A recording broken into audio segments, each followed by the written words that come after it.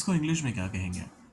अब देखिए, यहाँ पर मैं आगे बढ़ने की बात क्या कर रहा हूँ कि जैसे मान लीजिए आपने जो रिज़ल्ट किसी चीज़ से एक्सपेक्ट किया था, वो नहीं हुआ, तो आप उसको भूल के आगे बढ़ेंगे या फिर आप और भी ज़्यादा हार्ड वर्क करेंगे? मेरे चैनल पर ही देख लीजिए, पिछले 1 महीने में टोटल व्यूअरशिप अगर देखेंगे आप, कुल 31,000 लोगों ने वीडियोज़ देखे और टोटल सब्सक्राइबर्स कितने आए? 200। बहुत नाइंसाफ़ी है ना?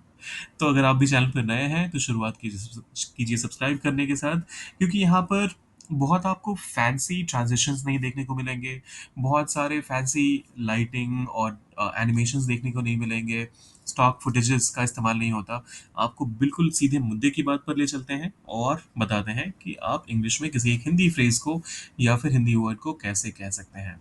तो अब फाइनली आगे बढ़ते हैं और कहते हैं शुरुआत। आगे बढ़ना के लिए आप इंग्लिश में कहते हैं टू मूव फॉरवर्ड। आगे बढ़ना, ये सुनकर बहुत सारे लोग मूव अहेड का भी इस्तेमाल कर देते हैं, लेकिन मूव अहेड पूरी तरह से गलत नहीं है, लेकिन उसका कॉन्टेक्स्ट अलग होगा। मूव अहेड मतलब किसी भी इंसान को पीछे छोड़कर आगे बढ़ने की बात होती है। वहाँ पर आप मूव अहेड का इस्तेमाल करते हैं। यही मूव फॉरवर्ड का मतलब होता है ज़िंदगी में आगे बढ़ने। मूव ऑन कहते हैं ना, तो मूव फॉरवर्ड काफ़ी हद तक उससे मिलता-जुलता है।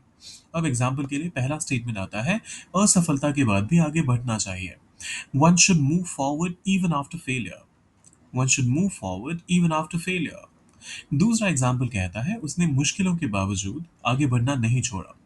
He did not stop moving forward despite challenges. मुश्किलों के बावजूद despite challenges उसने नहीं छोड़ा। He did not stop moving forward, आगे बढ़ना moving forward, so he did not stop moving forward despite the challenges. फिर आता है, जीवन में हमें हमेशा आगे बढ़ना चाहिए।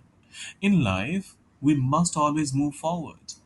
In life we must always move forward. अब ये आखिरी वाला आपके लिए है, कभी कभी भूल कर ही आगे बढ़ा जा सकता है।